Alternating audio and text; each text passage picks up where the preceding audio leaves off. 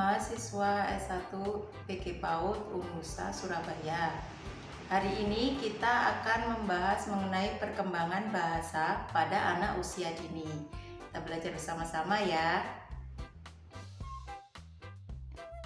Perkembangan bahasa pada anak usia dini.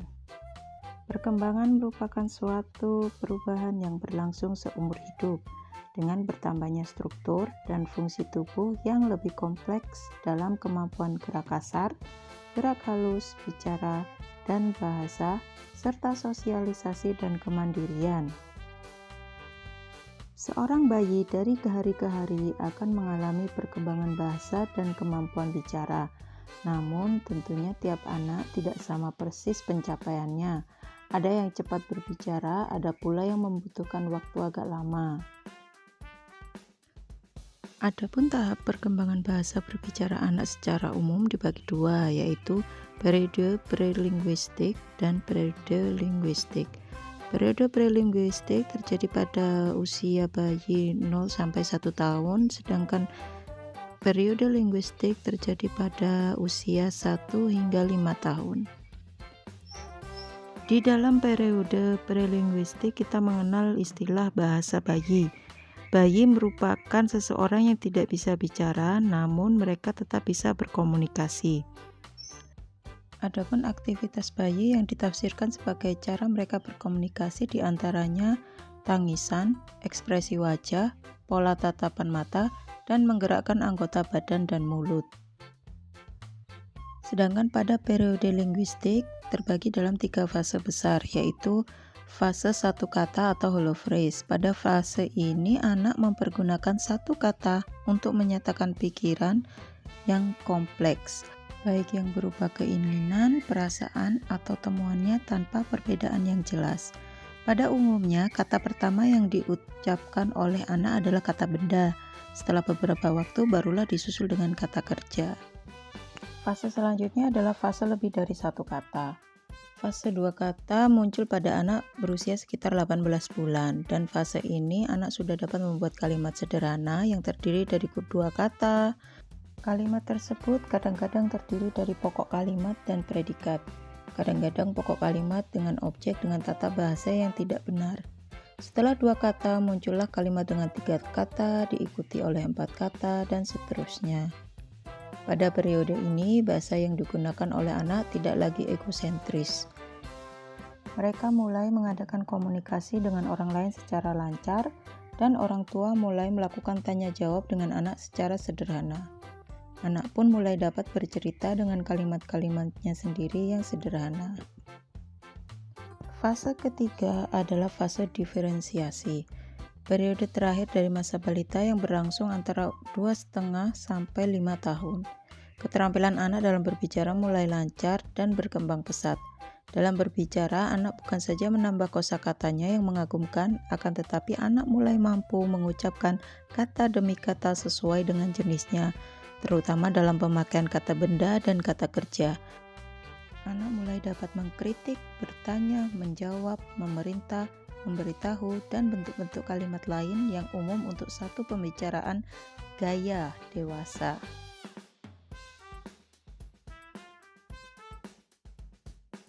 Menurut Vygotsky menjelaskan ada 3 tahap perkembangan bicara pada anak yang berhubungan erat dengan perkembangan berpikir anak, yaitu yang pertama tahap eksternal, yaitu terjadi ketika anak berbicara secara eksternal, di mana sumber berpikir berasal dari luar diri anak yang memberikan pengarahan, informasi, dan melakukan suatu tanggung jawab dengan anak. Yang kedua, tahap egosentris, yaitu di mana anak berbicara sesuai dengan jalan pikirannya dan dari pola bicara orang dewasa. Yang ketiga, tahap internal, yaitu di mana dalam proses berpikir anak telah memiliki suatu penghayatan kemampuan berbicara sepenuhnya. Adapun fungsi bicara bagi anak yaitu sebagai pemuas kebutuhan dan keinginan. Dengan berbicara, anak mudah untuk menjelaskan kebutuhan dan keinginannya tanpa harus menunggu orang lain mengerti tangisan, gerak tubuh, atau ekspresi wajahnya. Dengan demikian, kemampuan berbicara dapat mengurangi frustasi anak yang disebabkan oleh orang tua atau lingkungannya tidak mengerti apa saja yang dimaksudkan oleh anak. Yang kedua, sebagai alat untuk menarik perhatian orang lain. Karena pada umumnya, setiap anak merasa senang menjadi pusat perhatian orang lain.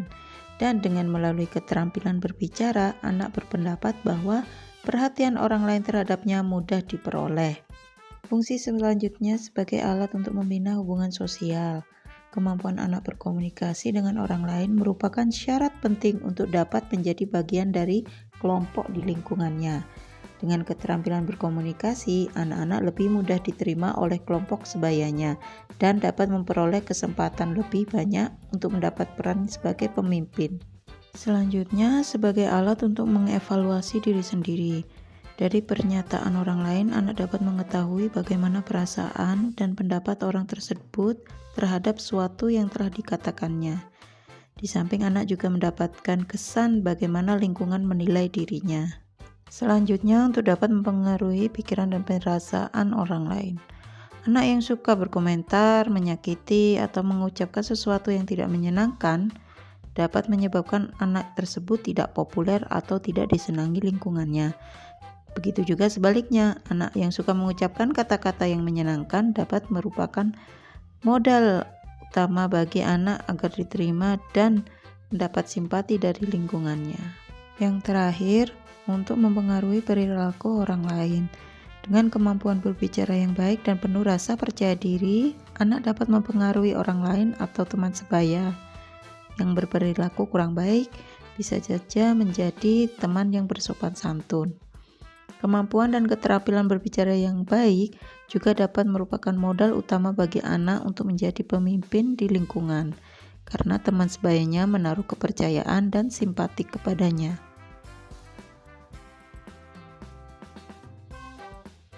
Faktor-faktor yang mempengaruhi perkembangan bahasa pada anak. Yang pertama adalah kognisi, yaitu proses memperoleh pengetahuan. Yang kedua adalah pola komunikasi dalam keluarga. Dalam suatu keluarga yang pola komunikasinya banyak arah akan mempercepat perkembangan bahasa keluarganya. Selanjutnya, jumlah anak atau jumlah keluarga. Keluarga yang memiliki banyak anggota keluarga, perkembangan bahasa anak akan lebih cepat karena terjadi komunikasi yang bervariasi. Selanjutnya, posisi urutan kelahiran. Bahasa anak yang posisi kelahirannya di tengah akan lebih cepat ketimbang anak sulung atau anak bungsu. Hal ini disebabkan anak sulung memiliki arah komunikasi ke bawah saja dan anak bungsu hanya memiliki arah komunikasi ke atas saja. Ada pula faktor kedwibahasaan, yaitu pemakaian dua bahasa. Anak yang dibesarkan dalam keluarga yang menggunakan bahasa lebih dari satu akan lebih bagus dan lebih cepat perkembangan bahasanya ketimbang yang hanya menggunakan satu bahasa saja, karena anak terbiasa menggunakan bahasa secara bervariasi. Selain kelima faktor tersebut, ada juga faktor lainnya seperti status sosial ekonomi, status ras, dan penggolongan peran seks. Upaya membantu perkembangan bahasa anak. Kita bisa membantu perkembangan bahasa anak melalui membaca. Kegiatan ini adalah kegiatan yang paling penting yang dapat dilakukan bersama anak setiap hari. Yang kedua, berbicaralah mengenai kegiatan sederhana yang orang tua dan anak lakukan dengan menggunakan bahasa yang sederhana. Yang ketiga, perkenalkan kata-kata baru pada anak setiap hari. Dapat berupa nama-nama tanaman, nama hewan, atau nama makanan yang disiapkan baginya. Selanjutnya, cobalah untuk tidak menyelesaikan kalimat anak. Berikan kesempatan baginya untuk menemukan sendiri kata yang tepat yang ingin dia sampaikan.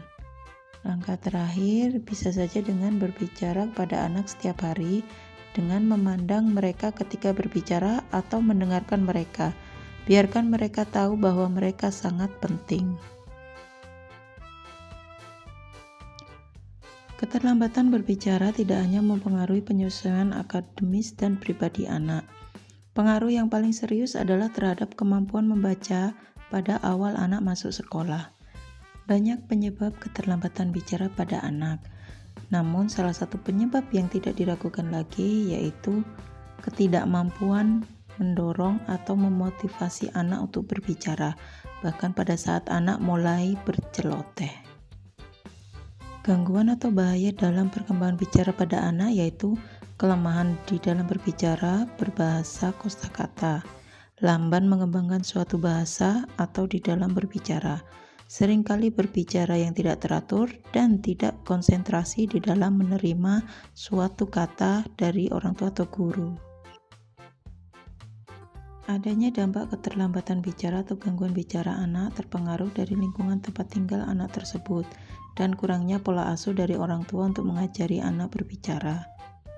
Seperti orang tua yang kurang merangsang atau menstimulasi anak-anak untuk berbahasa, ataupun orang tua yang berbicara sangat cepat dengan menggunakan kata-kata yang belum dikenal oleh anak.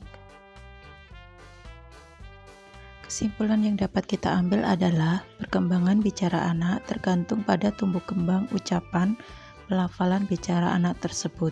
Di dalam pembelajaran bicara anak usia dini, orang tua sangat berperan. Serta keterlambatan bicara atau gangguan bicara anak terpengaruh dari lingkungan tempat tinggal anak tersebut dan kurangnya pola asuh dari orang tua untuk mengajari anak berbicara. Demikian pembahasan mengenai pengembangan bahasa pada anak usia dini. Semoga bermanfaat serta terima kasih atas perhatiannya.